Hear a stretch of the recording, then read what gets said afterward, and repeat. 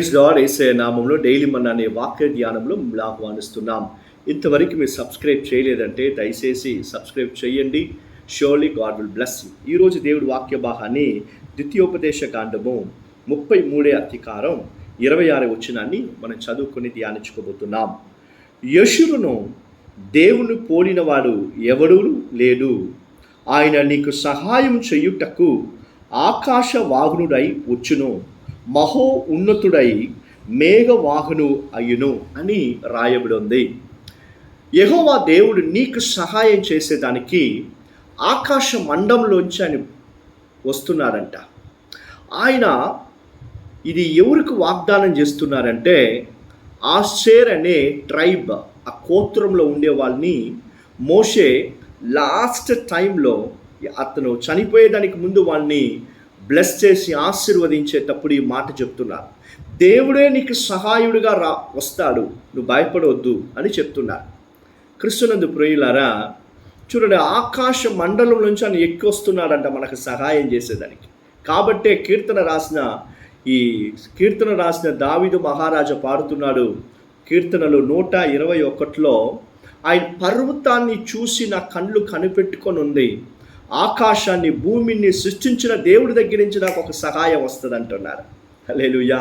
Hebrew 4th and last verseలో మీరు సహాయాన్ని right టైంలో పొందుకునేదానికి ఆయన సింహాసనం దగ్గరికి రండి, ఆయన కృపను పొందుకోండి అని చెప్పి భక్తుడు రాస్తున్నారు.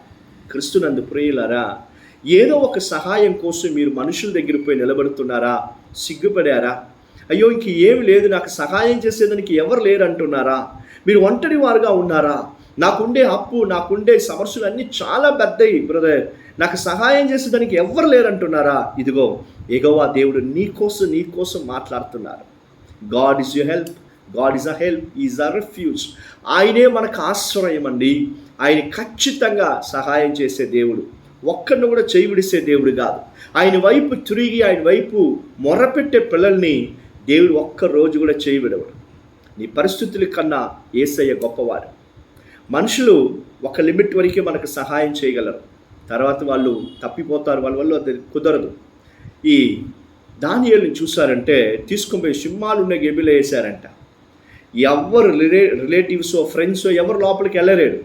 ఇప్పుడు దానియేలు సింహాలు మాత్రమే, లయన్స్ మాత్రమే ఉన్నాయి. అయితే దేవుడు దేవదూతను పంపించి అయితే అన్ని నోటిని దేవుడు కట్టేశారు.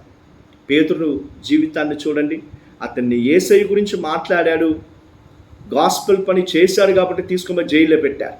సంఘస్థులు అందరూ ప్రార్థన చేసి దేవుని చూసి మొరపెట్టారంట. అదేలాగా దేవదూతని దేవుడు పంపించి విడుదల చేసి ఆయన బయటికి తీసుకొని వచ్చారు.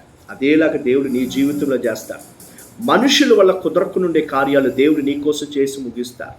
So stop seeking the human and start seeking God. ప్రజలని మనుషుల్ని చూసేది కనిపెట్టుకునేది ఆపి నీ చూపు దేవుడి పక్కగా తిరిగేటప్పుడు ఉన్నతమైన దేవుడు ఆకాశంలోంచి నీకు ఒక మంచి సహాయాన్ని దేవుడు పుట్టించునుగాక. హల్లెలూయా. ఈ వాక్యాన్ని విశ్వాసంతో పెట్టి మీరు ప్రార్థన చేయండి. ఖచ్చితంగా మీకని ఒక వాక్యం దేవుడు ఎరగబోతున్నాడు. ఆయనే మీకు సహాయుడిగా దిగి వచ్చి కార్యాన్ని చేయబోతున్నాడు. షల్ వి ప్రే. యేసయ్య, ఎవరందరూ మిమ్మల్ని చూసి మొరపెడుతున్నారో యేసయ్య నామములో వాళ్ళకి మీరు సహాయం చేస్తున్నారయ్యా, మీకు వందనాలు. అన్ని ఇబ్బందుల నుంచి, బాధల నుంచి విడుదల చేయండి అయ్యా. బలహీనతల నుంచి యేసయ్య నామములో స్వస్థపరచండి. ఈ వాక్యాన్ని విశ్వాసంతో మేము పెట్టి ప్రార్థన చేస్తున్నాం. మీ క్రియలు జరుగునుగాక. యేసయ్య నామములో ప్రార్థన చేసి అడుగుతున్నాం తండ్రి. Amen. God bless you all.